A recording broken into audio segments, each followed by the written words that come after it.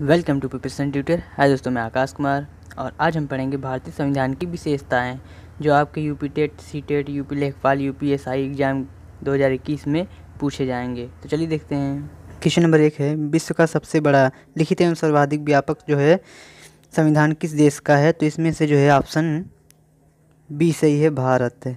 विश्व का सबसे बड़ा लिखित एवं सर्वाधिक व्यापक संविधान जो है भारत देश का है। और आगे है क्वेश्चन नंबर 2 है। क्वेश्चन नंबर 2 है, भारतीय संविधान कैसा है? भारतीय संविधान जो है कैसा है? तो इनमें से जो है ऑप्शन डी सही है, असंतः कठोर और असंतः लचीला है। भारतीय संविधान जो है असंतः कठोर और असंतः लचीला है। और क्वेश्चन नंबर 3 है, भारतीय संविधान किस प्रकार का है? क्वेश्चन नंबर 3 है, भारतीय संविधान किस प्रकार का है? तो इनमें से जो है ऑप्शन सी सही है, नम्य और अनम्य है। भारतीय संविधान जो है नम्य और अनम्य है। और अगला है क्वेश्चन नंबर 4। क्वेश्चन नंबर 4 देखते हैं, भारत के संविधान में भारत को माना गया है। क्वेश्चन नंबर 4 है, भारत के संविधान में भारत को माना गया है। तो इनमें से जो है ऑप्शन सी सही है, राज्यों का एक यूनियन माना गया है। क्वेश्चन नंबर 4 आंसर जो है, भारत के संविधान में भारत को जो है राज्यों का एक यूनियन माना गया है। और आगे बढ़ते हैं। क्वेश्चन नंबर 5, भारत एक धर्मनिरपेक्ष राज्य है, इसका तात्पर्य है। क्वेश्चन नंबर 5 है, भारत एक धर्मनिरपेक्ष देश है, इसका तात्पर्य है। तो इनमें से जो है ऑप्शन बी सही है, उसका राज्य स्तर पर कोई धर्म नहीं है। क्वेश्चन नंबर 5 जो है, भारत एक धर्मनिरपेक्ष राज्य है, तो इसका तात्पर्य उसका राज्य स्तर पर कोई धर्म नहीं है। और आगे है क्वेश्चन नंबर 6, निम्न कथनों में से कौन सही है? क्वेश्चन नंबर 6 है, निम्न कथनों में से कौन सही है? तो इनमें से जो है ऑप्शन डी सही है, भारत एक संसदात्मक प्रजातंत्र है। क्वेश्चन नंबर 6 का आंसर है, भारत एक संसदात्मक जो है प्रजातंत्र है। और आगे है क्वेश्चन नंबर 7,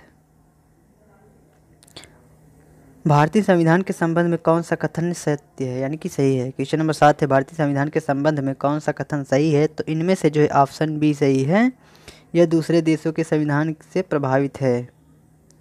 क्वेश्चन नंबर 7 का आंसर है बी, यह दूसरे देश के जो है संविधान से प्रभावित है। यह कथन जो है सत्य है। और आगे बढ़ते हैं क्वेश्चन नंबर 8, निम्न कथन में से कौन सा कथन सही है? क्वेश्चन नंबर 8 का जो है, निम्न कथन में से कौन सा कथन सही है? तो इनमें से जो है ऑप्शन डी सही है, उपयुक्त सभी में भारत का संविधान जो है भारत में संसदीय पद्धति की सरकार की व्यवस्था करता है। ऑप्शन बी, भारतीय संविधान द्वारा स्वतंत्र न्यायपालिका की स्थापना की गई है। ऑप्शन सी, भारतीय संविधान भारत में विधि के शासन की व्यवस्था करता है, इसीलिए उपयुक्त डी सभी दे दिया है, ए बी सी तीनों। और आगे है क्वेश्चन नंबर 9, यह पूछा है, निम्न कथन में से कौन सा कथन सही नहीं है?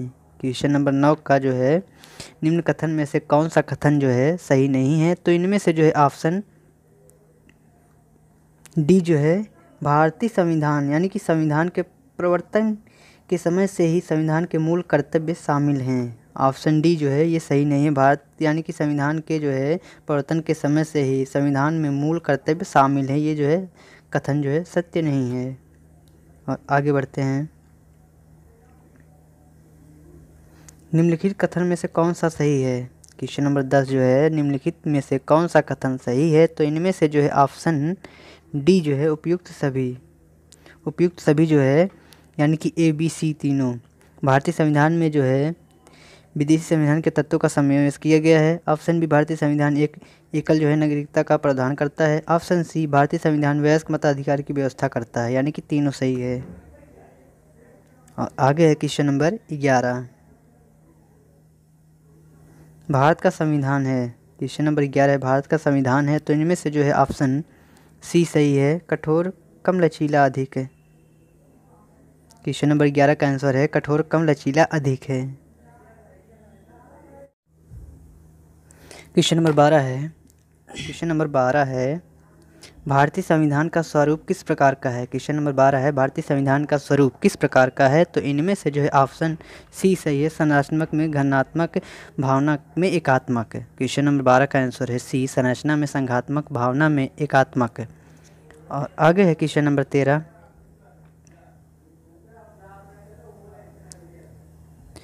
भारतीय संविधान भावना में एकात्मक है क्योंकि, भारतीय संविधान में भावना में एकात्मक है क्योंकि, तो इसका आंसर है उपयुक्त सभी में जो है ऑप्शन ए, केवल संसद को संवैधानिक संशोधन प्रक्रिया आरंभ करने का अधिकार है। ऑप्शन बी, कुछ स्थितियों में जो है संसद को राज्य के लिए कानून बनाने का है अधिकार है। ऑप्शन सी जो है अखिल भारतीय सेवाओं के कारण है। तो इनमें से जो है ऑप्शन तीनों हैं इनमें से उपयुक्त सभी। तो आगे बढ़ते हैं। क्वेश्चन नंबर 14 है, भारतीय संविधान के संदर्भ में जो है कहा जाता है यह किस लिए। क्वेश्चन नंबर 14 है, भारतीय संविधान के संदर्भ में कहा जाता है क्योंकि, तो इनमें से जो है ऑप्शन बी सही है, वकीलों का स्वर्ग है। भारतीय संविधान के संदर्भ में जो है कहा जाता है तो वकीलों का स्वर्ग कहा जाता है। और आगे बढ़ते हैं हम। वीडियो पसंद आए तो लाइक और सब्सक्राइब करते जाइए। क्वेश्चन नंबर 15 है, भारतीय संविधान पर सबसे अधिक प्रभाव किसका पड़ता है, यानी कि पड़ा है। क्वेश्चन नंबर 15 है, भारतीय संविधान पर सबसे अधिक प्रभाव जो है किस पड़ता है। तो इनमें से जो है ऑप्शन ए सही है, भारत सरकार अधिनियम 1935 का। क्वेश्चन नंबर 15 का आंसर है, भारतीय संविधान का सबसे अधिक प्रभाव जो है भारत सरकार अधिनियम 1935 का पड़ता है, यानी कि पड़ा है। और आगे बढ़ते हैं हम। जो निर्धारित होता है कि भारत का जो है संविधान परिसंघीय है। क्वेश्चन नंबर 16 है, निम्नलिखित में से यह किससे निर्धारित होता है कि भारत का जो है संविधान परिसंघीय है। तो इसका आंसर है सी, केंद्र एवं राज्यों के बीच शक्तियों का विवरण। ऑप्शन सी सही है, केंद्र एवं राज्य के बीच शक्तियों का वितरण। और आगे है क्वेश्चन नंबर 17, यह है, भारत में प्रजातंत्र इस तथ्य पर जो है आधारित है कि। क्वेश्चन नंबर 17 जो है, भारत में प्रजातंत्र इस तथ्य पर आधारित है। तो इनमें से जो है ऑप्शन सी सही है, जनता से सरकारों को चुनने तथा बदलने का अधिकार प्राप्त है। ऑप्शन सी, जनता से सरकारों को चुनने तथा बदलने का अधिकार प्राप्त है। और आगे बढ़ते हैं। क्वेश्चन नंबर 18 है, भारतीय संविधान में है तो इनमें से जो है ऑप्शन सी सही है, 400 से अधिक आर्टिकल्स। भारतीय संविधान में 400 से अधिक आर्टिकल्स हैं। और आगे बढ़ते हैं। क्वेश्चन नंबर 19, यह है, भारत में किस प्रकार की शासन व्यवस्था अपनाई गई है। क्वेश्चन नंबर 19 है, भारत में जो है किस प्रकार की शासन व्यवस्था अपनाई गई है। तो इनमें से जो है बी, ऑप्शन बी सही है, ब्रिटिश संसदात्मक प्रणाली। भारत सरकार में जो है ब्रिटिश संसदात्मक प्रणाली जो है यह शासन की व्यवस्था अपनाई गई है।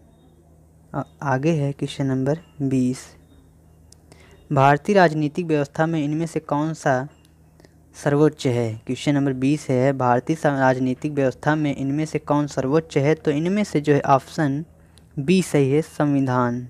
ऑप्शन बी जो है संविधान, भारतीय राजनीतिक व्यवस्था में इनमें से जो है संविधान सर्वोच्च है। और आगे बढ़ते हैं। क्वेश्चन नंबर 21 है,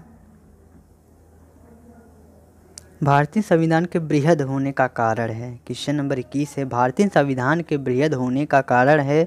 तो इनमें से जो है ऑप्शन डी सही है, इनमें संघ और राज्य दोनों सरकारों का संविधान है। ऑप्शन डी, इनमें संघ तथा राज्य दोनों सरकारों का संविधान है, इसीलिए ऑप्शन डी सही है। और आगे है क्वेश्चन नंबर 22, भारतीय संविधान का अभिभावक कौन है। क्वेश्चन नंबर 22 है, भारतीय संविधान का अभिभावक कौन है। तो इनमें से जो है ऑप्शन सी सही है, सर्वोच्च न्यायालय है। भारतीय संविधान का अभिभावक जो है सर्वोच्च न्यायालय है। और आगे है क्वेश्चन नंबर 23, यह है, भारत में वयस्क मताधिकार की उम्र सीमा क्या है। क्वेश्चन नंबर 23 है, भारत में वयस्क मताधिकार की उम्र की सीमा क्या है। तो इनमें से जो है ऑप्शन ए सही है, 18 वर्ष है।